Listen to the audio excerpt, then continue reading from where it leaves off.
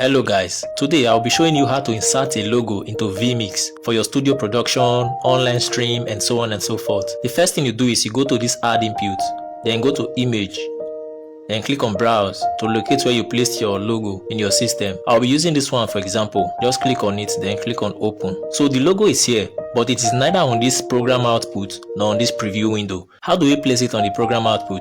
Go to this gear icon, then click on position.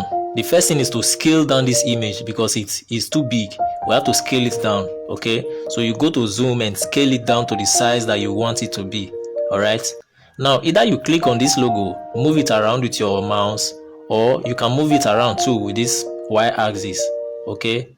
Let me just leave it here, then close this window.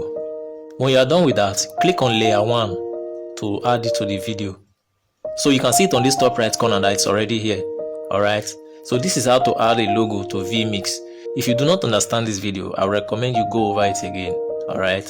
Please follow me for more tips, subscribe to this channel and share this video. Thank you guys. See you in the next one.